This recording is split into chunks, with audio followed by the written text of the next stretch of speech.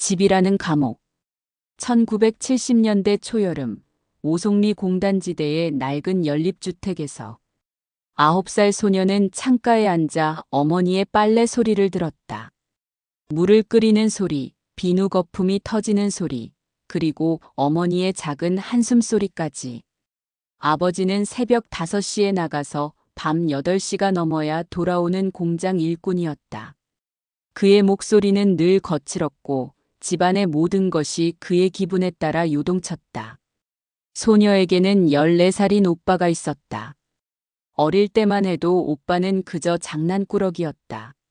소녀의 머리를 헝클어뜨리고 숙제를 대신해주고 가끔은 용돈을 나눠주는 평범한 오빠였다. 하지만 언제부터인가 오빠의 눈빛이 달라지기 시작했다. 소녀가 친구들과 놀 때면 멀리서 지켜보고 밤이 되면 소녀가 잠든 후에도 한참 동안 침대맡에 앉아 있었다. 처음에는 단순한 보호 본능인 줄 알았다. 어머니도 오빠가 동생을 아끼는 거야라며 대수롭지 않게 넘겼다. 하지만 소녀는 점점 이상함을 느끼기 시작했다. 학교에서 돌아오면 오빠가 누구랑 함께 왔냐고 캐묻고 친구가 집에 놀러 오면 못마땅한 표정을 지었다. 그리고 밤이면 소녀의 방문을 살짝 열고 들어와서 무서우니까 같이 자자며 침대 한쪽 끝에 누웠다. 소녀는 불편함을 느꼈지만 거부할 방법을 몰랐다. 어머니에게 말하면 남매가 사이좋게 지내는 게 뭐가 나쁘냐는 대답만 돌아왔고 아버지는 오빠에 대해서만큼은 무조건적인 자부심을 보였다. 우리 아들은 동생을 잘 챙긴다는 것이 아버지의 지론이었다. 계절이 바뀌면서 오빠의 행동은 더욱 노골적으로 변했다. 소녀가 목욕을 할 때면 문 밖에서 서성이다가 급해서라며 억지로 들어오려 했다. 소녀가 새 옷을 입으면 예쁘다며 자꾸 만지려 했고 친구들 앞에서도 내 동생이라는 표현을 유난히 강조했다. 소녀는 이런 상황이 정상적이지 않다는 것을 본능적으로 알았지만 그것을 언어로 표현할 수 없었다. 여름 끝 무렵 소년의 집에 사촌들이 모이는 날이 있었다. 어머니는 며칠 전부터 음식 준비에 여념이 없었고 아버지는 드물게 기분이 좋아 보였다. 친척 어른들은 소녀의 성장을 보고 많이 컸네. 이제 제법 숙녀 같다며 칭찬했다. 소녀는 수줍게 웃으며 인사를 드렸다. 그런데 그 순간 소녀는 오빠의 시선을 느꼈다. 친척들이 소녀를 칭찬할 때마다 오빠의 눈에 어떤 어두운 감정이 스쳐 지나갔다. 그것은 단순한 질투가 아니었다. 마치 자신의 소유물을 남이 건드리는 것을 보는 듯한 소유욕이 섞인 시선이었다. 소녀는 그 순간 등골이 서늘해지는 것을 느꼈다. 그날 밤 친척들이 모두 돌아간 후 오빠가 소녀의 방으로 왔다. 평소와 다른 점이 있다면 이번에는 문을 완전히 닫았다는 것이었다. 오늘 사람들이 내 얘기를 많이 하더라. 오빠의 목소리에는 이상한 긴장감이 서려 있었다. 너는 내 동생이야. 그걸 잊으면 안 돼. 소녀는 이불을 턱까지 끌어당기며 대답했다. 응, 알아. 하지만 오빠는 자리를 떠날 생각을 하지 않았다. 한참을 소녀를 바라보더니 앞으로 다른 남자애들이랑 놀지 마. 약속해. 소녀는 고개를 끄덕였지만 가슴 한편으로는 무언가 잘못되어 가고 있다는 불안감이 커져갔다. 침묵의 공모. 10살이 되던 해봄 소녀의 불안은 현실이 되기 시작했다. 오빠의 통제는 점점 더 노골적이고 체계적으로 변했다. 학교에서 돌아오는 시간을 체크하고 친구들과의 약속을 제한하고 심지어 소녀가 입을 옷까지 간섭했다. 그 치마는 너무 짧다. 그 친구는 별로 좋지 않아 보인다는 식의 지적이 날마다 이어졌다. 더 심각한 것은 오빠가 소녀에게 우리는 특별한 관계라는 말을 자주 한다는 점이었다. 처음에는 그저 남매 간의 친밀감을 표현하는 것으로 여겼지만 시간이 지날수록 그 말에 담긴 의미가 다르다는 것을 깨달았다. 오빠는 소녀를 하나의 독립된 인격체가 아닌 자신의 일부로 여기고 있었다. 넌 내 거야. 어느 날 밤 오빠가 침대에 누워있는 소녀 옆에서 속삭인 말이었다. 소녀는 몸이 굳어지는 것을 느꼈지만 움직일 수 없었다. 다른 애들은 몰라도 돼. 우리끼리만 알고 있으면 돼. 오빠의 손이 소녀의 어깨에 올려졌고 소녀는 작은 떨림을 억누르려 애썼다. 이런 일이 반복될 때마다 소녀는 어머니에게 말하고 싶은 충동을 느꼈다. 하지만 오빠는 교묘하게 그 길을 차단했다. 엄마한테 이상한 소리 하면 안 된다. 엄마는 너를 오해할 수도 있어. 그리고 아버지가 알게 되면. 오빠의 협박은 항상 아버지의 폭력성을 암시하는 것으로 끝났다. 소녀는 아버지가 화를 낼 때의 모습을 너무나 잘 알고 있었다. 어머니는 딸의 변화를 눈치채지 못한 것은 아니었다. 소녀가 예전보다 말수가 줄어들고 친구들과 어울리는 것을 피하며 밤에 자주 깨서 뒤척이는 것을 알고 있었다. 하지만 어머니 자신도 남편의 폭압적인 성격과 생계의 압박 속에서 정신적 여유가 없었다. 더욱이 아들에 대해서는 남편만큼이나 맹목적인 신뢰를 보였다. 요즘 왜 이렇게 예민하니? 어머니가 소녀에게 물었을 때 소녀는 대답할 수 없었다. 무엇을 어떻게 설명해야 할지 몰랐고 설명한다고 해서 어머니가 믿어줄지도 확신할 수 없었다. 대신 그냥 학교에서 힘들어서라고 둘러댔다.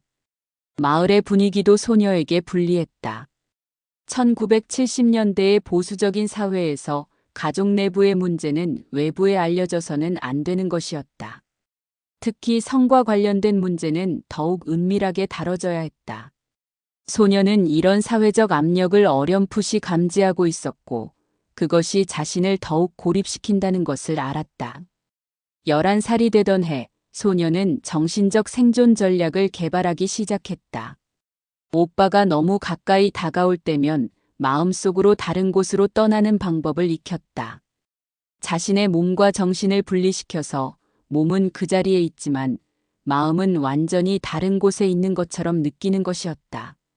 이것은 어린 소녀가 감당할 수 없는 현실로부터 자신을 보호하는 유일한 방법이었다.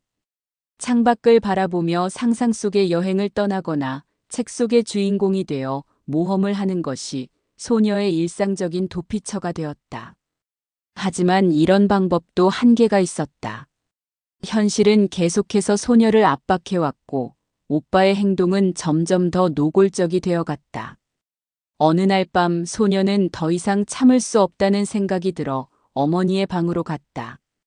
어머니는 늦은 시간까지 바느질을 하고 있었다.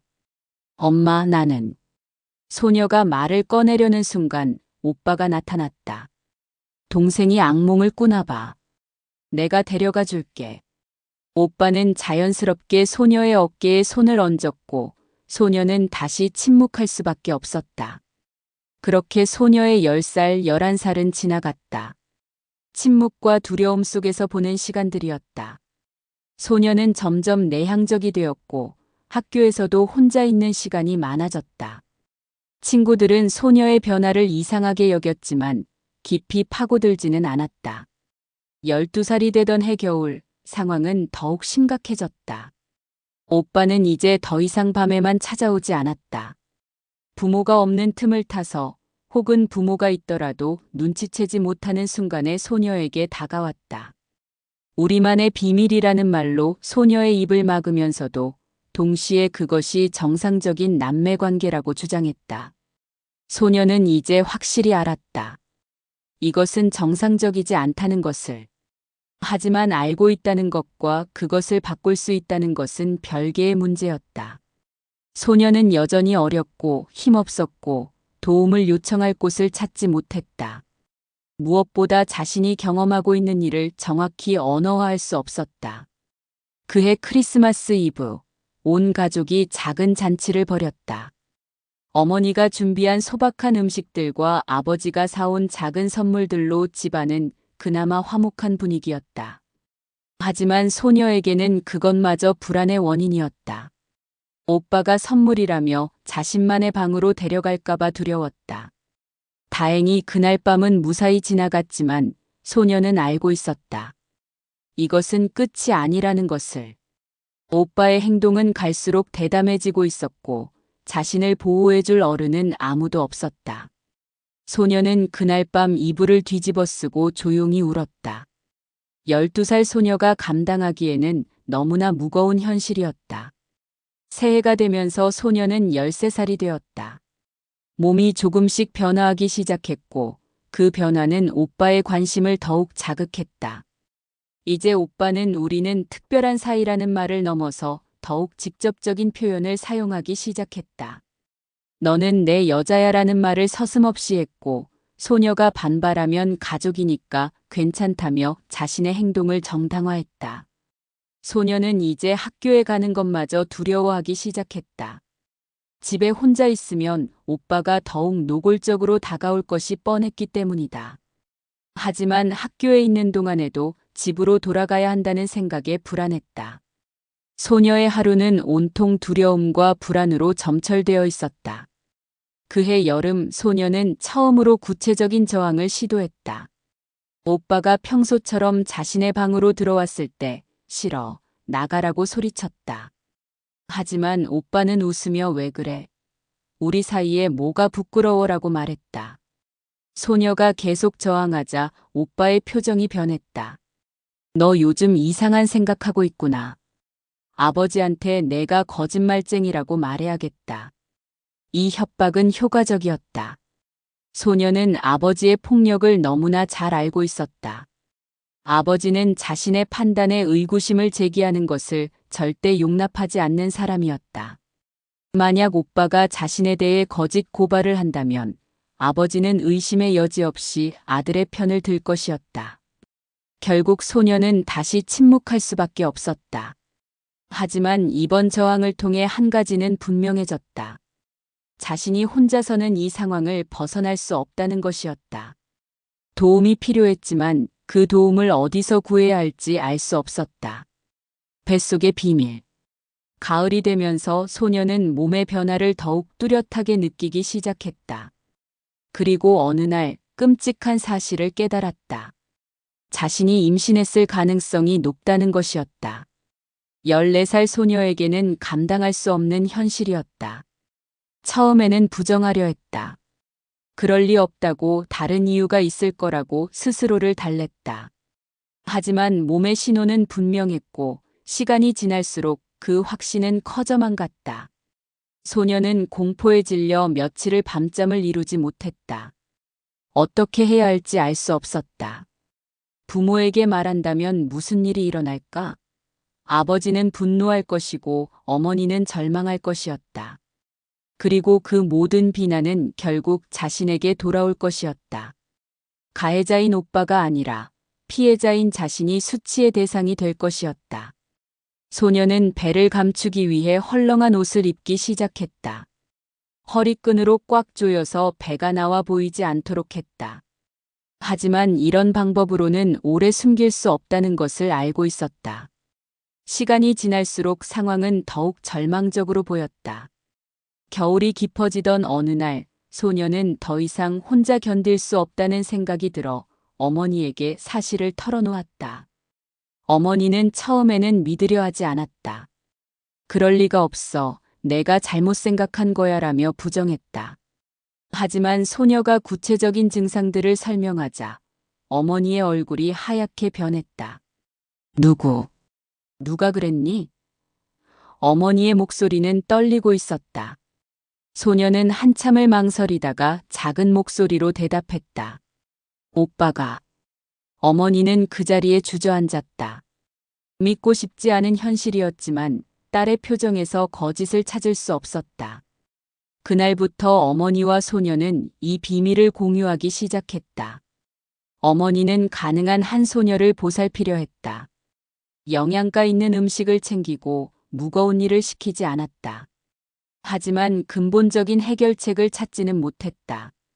어머니 역시 남편의 폭력과 사회적 시선에 두려워하고 있었다. 두 사람은 최대한 조심스럽게 행동했지만 아버지의 눈을 영원히 피할 수는 없었다. 어느 날 저녁 아버지가 소녀를 유심히 바라보더니 너 요즘 왜 이리 살쪘니?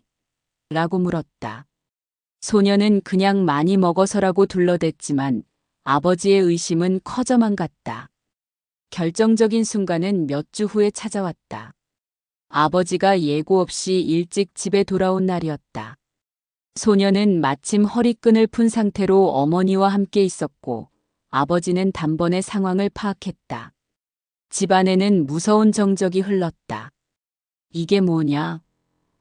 아버지의 고함 소리가 집안을 진동시켰다. 소녀는 공포에 떨며 아무 말도 할 수 없었고 어머니는 남편을 말리려 했지만 역부족이었다. 아버지는 분노에 차서 누가 그랬는지 당장 말해 라고 소리쳤다. 소녀는 진실을 말할 수 없었다. 오빠에 대한 아버지의 맹목적인 사랑을 알고 있었고 자신의 말을 믿어주지 않을 것이라는 확신이 있었다. 게다가 오빠가 어떤 보복을 할지 두려웠다. 결국 소녀는 침묵을 지켰고 아버지의 분노는 엉뚱한 곳으로 향했다. 아버지는 동네 소년 하나를 지목했다. 소녀와 종종 함께 다니던 순진한 소년이었다. 아무런 근거도 없이 단지 추측만으로 그 소년을 범인으로 몰아갔다. 소녀가 아무리 아니라고 말해도 아버지는 들으려 하지 않았다. 그 소년의 가족은 억울함을 호소했지만 이미 마을에는 소문이 퍼져버린 후였다. 결국 그들은 마을을 떠날 수밖에 없었다. 소녀는 무고한 사람이 자신 때문에 피해를 당하는 것을 보며 깊은 죄책감에 시달렸다. 진실을 말해도 믿어주지 않고 침묵해도 다른 사람이 피해를 당하는 상황에서 소녀는 더욱 깊은 절망에 빠졌다. 이 세상에는 자신을 이해해줄 사람이 아무도 없다는 생각이 들었다. 10대 초반의 소녀에게는 너무나 무거운 현실이었다. 시간이 흘러 소녀의 배는 더 이상 숨길 수 없을 만큼 커졌다. 어머니는 산파 경험을 살려 출산을 준비했지만 병원에 갈 수도 없고 제대로 된 의료 지원을 받을 수도 없는 상황에서 모든 것이 불안하기만 했다. 출산일이 다가오면서 소녀는 복잡한 감정에 휩싸였다. 한편으로는 이 모든 고통이 끝나기를 바랐지만 다른 한편으로는 태어날 아이에 대한 걱정이 컸다. 이 아이는 어떤 환경에서 자라게 될 것인가? 자신과 같은 고통을 겪지는 않을까? 탄생과 결심. 어느 추운 겨울밤 진통이 시작되었다. 어머니와 단둘이 있는 상황에서 출산은 험난한 과정이었다. 의료진도 없고 제대로 된 장비도 없는 상태에서 오직 어머니의 경험과 직감에 의존해야 했다. 소녀는 고통스러워했지만 아이를 위해 최선을 다해 버텼다. 새벽이 될 무렵 마침내 아기가 세상에 나왔다. 작지만 건강한 울음소리가 방 안을 가득 채웠다. 소녀는 탈진한 상태였지만 처음으로 자신의 아이를 안았을 때 느낀 감정은 말로 표현할 수 없었다. 아이의 작은 얼굴을 바라보면서 소녀는 복잡한 감정에 휩싸였다. 한편으로는 그 작은 생명에 대한 무조건적인 사랑을 느꼈지만 다른 한편으로는 아이의 출생 배경을 생각하면 가슴이 아팠다. 하지만 한 가지는 분명했다. 이 아이에게만큼은 자신과 같은 고통을 겪게 하지 않겠다는 결심이었다. 아기가 태어난 후 집안의 분위기는 더욱 복잡해졌다. 아버지는 아이를 가족의 수치로 여겼고 가능한 한 밖으로 드러내지 않으려 했다. 반면 오빠는 왜곡된 소유감을 드러냈다.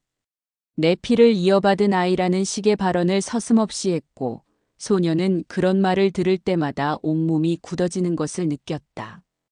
어머니는 손녀를 돌보는데 최선을 다했지만 여전히 근본적인 해결책을 찾지 못했다. 이 집에서 아이가 안전하게 자랄 수 있을까? 오빠의 비뚤어진 관심이 아이에게까지 향한다면 어떻게 할 것인가? 이런 걱정들이 소녀의 마음을 짓누르고 있었다. 그러던 중 소녀는 중요한 결심을 하게 되었다. 이곳에서는 자신도 아이도 안전할 수 없다는 것을 깨달았다. 어떻게든 이곳을 떠나야 한다는 생각이 들었다. 하지만 10대 소녀가 갓난아기를 데리고 어디로 갈 수 있겠는가? 돈도 없고 의지할 곳도 없었다. 탈출의 씨앗. 아이가 생후 몇 달이 되어갈 무렵 소녀는 처음으로 구체적인 탈출 계획을 세우기 시작했다.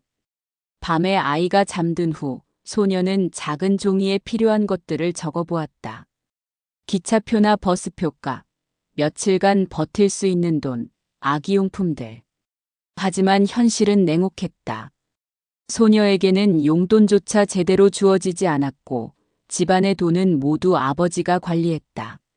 그럼에도 소녀는 포기하지 않았다. 조금씩이라도 준비할 수 있는 것들을 모으기 시작했다. 아기 옷가지, 기저귀, 우유병 같은 필수품들을 몰래 챙겼다. 그리고 어머니 몰래 동전들을 모으기 시작했다. 하지만 이런 것들로는 턱없이 부족했다. 무엇보다 어려운 것은 정보의 부족이었다. 소녀는 이 작은 마을 밖의 세상에 대해 아는 것이 거의 없었다. 서울이나 다른 큰 도시에 가면 일자리를 구할 수 있을까? 갓난아기를 키우면서 일할 수 있는 곳이 있을까? 머릿속은 온통 의문투성이었다. 그런데 뜻밖의 도움이 나타났다. 마을 교회에 다니던 김 집사가 소녀의 상황을 어느 정도 눈치채고 있었던 것이다. 김 집사는 직접적으로 묻지는 않았지만 가끔 아기용품이나 분유를 몰래 소년의 집 앞에 놓아두었다. 그리고 어느 날 서울에 좋은 사람들이 있다는 말을 넌지시했다. 김 집사를 통해 소녀는 서울의 한 하숙집에 대한 이야기를 들었다. 그곳에서는 어려운 처지의 젊은 여성들에게 일자리와 숙식을 제공한다고 했다. 물론 일은 고되지만 최소한 안전한 환경에서 아이와 함께 지낼 수 있다는 것이었다. 이 정보는 소녀에게 희망의 빛이 되었다. 처음으로 구체적인 목표가 생긴 것이었다. 하지만 여전히 많은 장애물들이 남아 있었다. 가장 큰 문제는 오빠의 감시였다. 오빠는 소녀가 조금이라도 이상한 행동을 하면 즉시 눈치를 챘다. 소녀는 더욱 조심스럽게 행동했다. 평소와 다름없이 행동하면서도 틈틈이 탈출을 위한 준비를 계속했다. 김 집사가 주선해준 약간의 현금과 어머니가 몰래 마련해준 교통비로 최소한의 자금을 확보했다. 첫 번째 탈출 시도는 실패로 끝났다. 새벽에 아이를 안고 집을 나서려던 소녀는 오빠에게 발각되었다. 오빠는 어디 가려고 하는 거야? 라며 소녀의 앞길을 막았다. 소녀는 아기가 열이 나서 병원에라고 둘러댔지만 오빠는 믿지 않았다. 그날 이후 오빠의 감시는 더욱 엄격해졌다. 소녀가 조금이라도 집을 벗어나려 하면 뒤따라왔고 밤에는 소녀의 방문 앞에서 지키고 있기까지 했다. 소녀는 마치 감옥에 갇힌 것 같은 기분이었다. 하지만 소녀는 포기하지 않았다. 두 번째 기회를 기다리면서 더욱 치밀하게 계획을 세웠다. 그리고 마을 장터날을 이용해 다시 시도해 보았다. 장터에 간다는 핑계로 집을 나섰지만 이번에도 오빠가 뒤따라왔다. 너 요즘 이상해. 뭘 숨기고 있는 거야? 오빠의 의심은 점점 더 구체적이 되어 갔다. 그리고 어느 날 결정적인 협박을 했다. 내가 이상한 짓 하면 아이한테 좋지 않을 거야. 이 말은 소녀에게 큰 충격을 주었다. 이제 위험은 자신뿐만 아니라 아이에게까지 미칠 수 있다는 것을 깨달았다. 소녀는 잠시 계획을 중단할 수밖에 없었다. 아이의 안전이 최우선이었다. 하지만 포기한 것은 아니었다. 더욱 안전한 기회를 기다리기로 했다. 그 기회는 예상보다 빨리 찾아왔다. 문이 열리는 날. 어느 늦가을 날 아버지가 갑자기 쓰러졌다. 평소 무리한 일과 과음으로 몸이 상당히 안 좋았던 터였다. 급히 병원으로 옮겨졌지만 의사는 별다른 희망을 주지 못했다. 심장이 너무 많이 손상된 상태였다. 아버지의 병세는 빠르게 악화되었다. 의식을 잃는 시간이 점점 길어졌고 며칠 후에는 완전히 의식을 잃었다. 가족들은 병원에서 교대로 지키고 있었다. 그리고 어느 새벽 아버지는 조용히 세상을 떠났다. 장례식 준비로 집안은 어수선했다. 친척들이 모여들고 여러 가지 절차들을 밟아야 했다. 이런 혼란스러운 상황에서 오빠의 관심은 자연스럽게 소녀에게서 멀어졌다. 하지만 동시에 새로운 위험이 나타났다. 아버지가 죽은 후 오빠는 집안의 실질적인 가장이 되었다. 모든 재산이 오빠 명의로 넘어갔고 이제 오빠가 집안의 모든 것을 결정할 수 있게 되었다. 겉으로는 효자로 행세했지만 소녀는 오빠의 진짜 속마음을 알고 있었다. 이제 우리가 이 집의 주인이야. 장례식이 끝난 후 오빠가 소녀에게 한 말이었다. 아버지도 없으니 우리 마음대로 할 수 있어. 이 말에는 여러 의미가 담겨 있었다. 소녀는 등골이 서늘해지는 것을 느꼈다.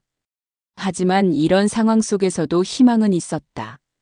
김 집사가 더욱 적극적으로 도움을 주기 시작한 것이다. 아버지의 죽음으로 가족 상황이 변했다는 것을 안 김 집사는 이번이 소녀가 벗어날 수 있는 마지막 기회라고 생각했다. 서울에 연락을 해놨다. 언제든지 갈 수 있어. 김 집사의 말에 소녀의 가슴이 뛰기 시작했다. 드디어 구체적인 기회가 온 것이었다. 하지만 여전히 조심스러웠다. 실패한다면 이번에는 정말로 돌이킬 수 없는 상황이 될 수 있었다. 어머니와도 이야기를 나누었다. 처음에 어머니는 반대했다. 어린 나이에 아이까지 데리고 어떻게 혼자 살아가겠니? 라며 걱정했다. 하지만 소녀가 자신의 결심을 분명히 표현하자 어머니도 결국 이해하게 되었다. 여기 있으면 너와 아이 모두 위험할 수도 있어. 어머니도 오빠의 변화를 눈치채고 있었다. 아버지가 죽은 후 오빠의 행동이 더욱 노골적이 되고 있다는 것을. 내가 약해서 너를 지켜주지 못했지만 이제라도 나가는 게 맞는 것 같다. 어머니는 자신의 작은 비상금을 소녀에게 주었다. 많지는 않지만 당분간 버틸 수는 있을 거야. 그리고 작은 금반지 하나를 건네주며 정말 어려울 때 이걸 팔아서라도 버텨라고 말했다. 어머니의 눈에는 눈물이 고여 있었다. 계획은 치밀하게 세워졌다. 49제가 끝나고 며칠 후 오빠가 재산 정리를 위해 시내에 나간 사이에 떠나기로 했다.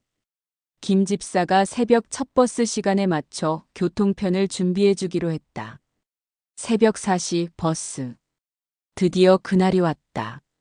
새벽 4시 소녀는 조용히 일어나 마지막 준비를 했다. 아기용품과 최소한의 짐을 작은 보따리에 싸고 아이를 조심스럽게 안았다. 아이는 다행히 깊이 잠들어 있었다. 어머니가 현관에서 기다리고 있었다. 두 사람은 서로를 바라보며 말없이 포옹했다. 잘 지내거라. 그리고 가끔 소식은 전해다오. 어머니의 목소리는 떨리고 있었다. 엄마도 몸 조심하세요. 언젠가 다시 만나요. 소녀는 아이를 안고 집을 나섰다. 뒤를 돌아보니 어머니가 창가에서 손을 흔들고 있었다. 소녀도 한번 손을 흔든 후 앞만 보고 걸었다. 더 이상 뒤돌아볼 수 없었다. 마을 입구에서 김 집사가 기다리고 있었다. 모든 게 준비됐다. 서울 하숙집 주인한테도 연락했고 김 집사는 소녀에게 봉투 하나를 건네주었다. 여기 교통비랑 당분간 쓸 돈이 들어있어. 그리고 이 종이에는 하숙집 주소와 연락처가 적혀 있어. 버스 정류장까지 가는 길은 멀게 느껴졌다. 아직 어둠이 가시지 않은 새벽길을 걸으면서 소녀는 복잡한 감정에 휩싸였다. 두려움과 설렘, 그리고 희망이 뒤섞인 기분이었다. 버스가 도착했다. 김 집사가 소녀를 도와 짐을 버스에 실었다. 힘들 거야. 하지만 포기하지 마. 너는 할 수 있어. 김 집사의 격려에 소녀는 고개를 끄덕였다. 버스 문이 닫히고 엔진 소리와 함께 버스가 움직이기 시작했다. 창밖으로 보이는 마을 풍경이 점점 멀어져 갔다. 소녀가 태어나고 자란 곳, 하지만 동시에 악몽 같은 시간을 보낸 곳이었다. 이제 다시는 돌아오지 않을 것 같은 느낌이 들었다. 소녀는 품에 안은 아이를 내려다보며 다짐했다. 이제 우리만의 인생을 시작하자. 서울까지는 몇 시간이 걸렸다. 소녀에게는 생전 처음 보는 큰 도시였다. 높은 건물들, 붐비는 사람들, 시끄러운 자동차 소리. 모든 것이 낯설고 어색했다. 하지만 동시에 새로운 시작에 대한 기대감도 있었다. 김 집사가 알려준 주소를 찾아가는 것도 쉽지 않았다. 길을 몇 번 잃어버리고 사람들에게 물어보며 겨우 하숙집을 찾을 수 있었다. 하숙집은 생각보다 작고 낡았지만 깨끗하게 정리되어 있었다. 하숙집 주인인 마르타 씨는 50대 중반의 따뜻한 인상을 가진 여성이었다. 김 집사님한테 연락받았어요. 어린 나이에 참 고생이 많았겠네요.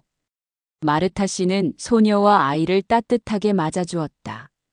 일은 주방 보조랑 청소예요. 일이 고되긴 하지만 숙식은 제공되고 아기도 함께 있을 수 있어요. 조건은 만족스러웠다. 소녀는 당장 일을 시작하기로 했다. 처음 해보는 일이었지만 생존을 위해서는 무엇이든 해야 했다. 하숙집에는 여러 사람들이 살고 있었다. 그 중에는 은퇴한 공무원인 박노인도 있었다. 박노인은 처음에는 낯선 사람들에게 경계심을 보였지만 시간이 지나면서 소녀와 아이에게 할아버지 같은 따뜻함을 보여주었다. 이 녀석은 참 귀엽네. 박노인이 아이를 보며 미소 짓는 모습을 보면서 소녀는 처음으로 안전함을 느꼈다. 여기서는 아무도 자신과 아이에게 해를 끼치지 않을 것 같았다. 가난하고 힘들지만 두려움 없는 하루를 보낼 수 있다는 것만으로도 큰 위안이었다. 일은 정말 고됐다.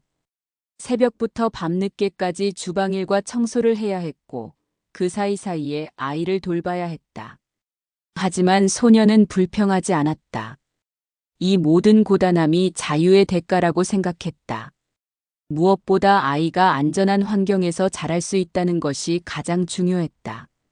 마르타 씨와 박노인은 점점 소녀와 아이를 가족처럼 대해주었다. 아이가 아플 때는 함께 걱정해주고 소녀가 힘들어할 때는 격려해 주었다. 혈연 관계는 아니지만 진정한 가족의 의미를 느끼게 해준 사람들이었다. 우리가 만든 기적. 시간이 흘러 아이는 건강하게 자라났다. 찬우라는 이름을 지어준 것도 박노인이었다. 차가운 겨울에 태어났지만 마음만은 따뜻한 아이가 되기를 바라는 마음이라며 지어준 이름이었다.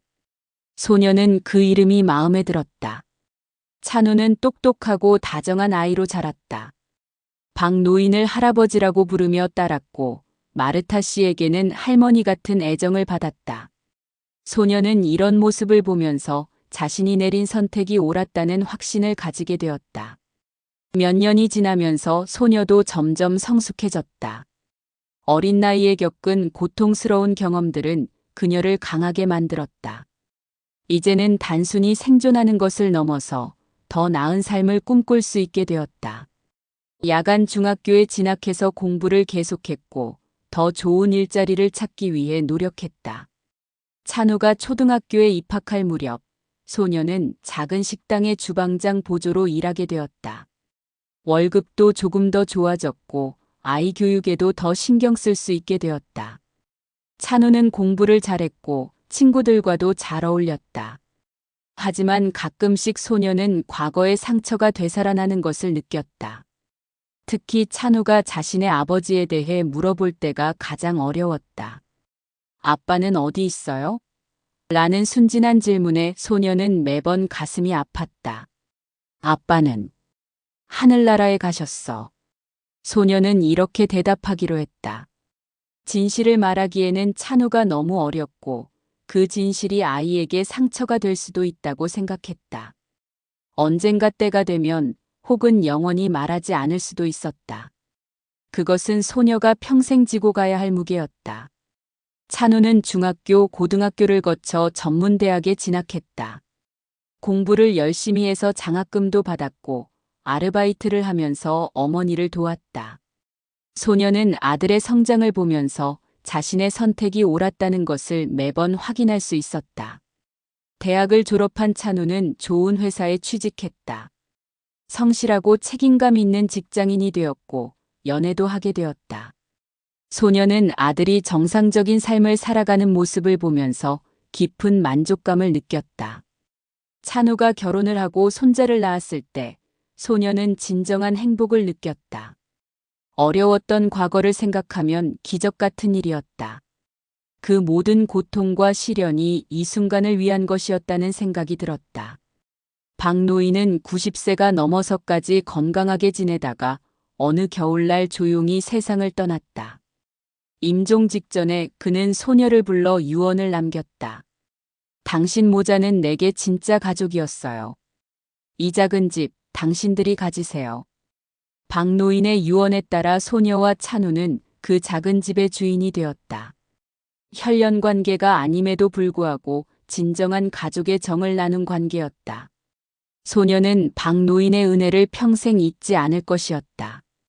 이제 60대가 된 소녀는 손자와 함께 시간을 보내는 것이 가장 큰 즐거움이었다. 손자가 할머니 옛날 이야기 해주세요.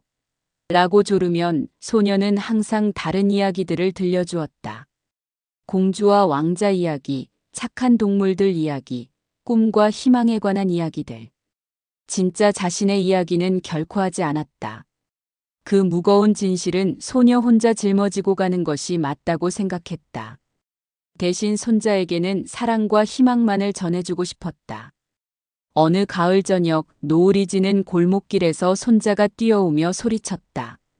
할머니, 오늘 학교에서 재미있는 일이 있었어요. 소녀는 환하게 웃으며 손자를 맞이했다. 그 순간 소녀는 깨달았다. 기적은 어디선가 찾아오는 것이 아니라 자신이 만드는 것이라는 것을. 그 어려운 상황에서 용기를 내어 집을 나선 것, 아이를 지키겠다는 마음으로 모든 고난을 버텨낸 것, 그것이 바로 기적이었다. 슬픔으로 시작된 삶도 사랑으로 끝날 수 있다는 것을 증명한 것이었다. 소녀는 이제 더 이상 소녀가 아니었다. 한 아이의 어머니이자 손자의 할머니이며 자신만의 인생을 개척해낸 강한 여성이 되어 있었다. 과거의 상처는 여전히 가슴 한편에 남아 있었지만 그것은 더 이상 그녀를 지배하지 않았다. 할머니, 우리 내일도 함께 놀아요. 손자의 맑은 목소리가 저녁 공기를 가득 채웠다. 소녀는 손자의 작은 손을 잡고 집으로 향했다. 그들의 발걸음은 가볍고 희망차게 들렸다. 어둠이 깔리는 골목길이었지만 그들 앞에는 따뜻한 빛이 기다리고 있었다. 그렇게 그 여름에 시작된 긴 여행은 사랑이라는 목적지에서 끝을 맺었다. 소녀가 아이와 함께 탈출한 것은 단순히 지옥에서 벗어나기 위해서가 아니었다. 새로운 세상을 향해, 희망을 향해, 그리고 무엇보다 사랑을 향해 떠난 여행이었다. 그리고 그 여행은 성공적으로 완료되었다.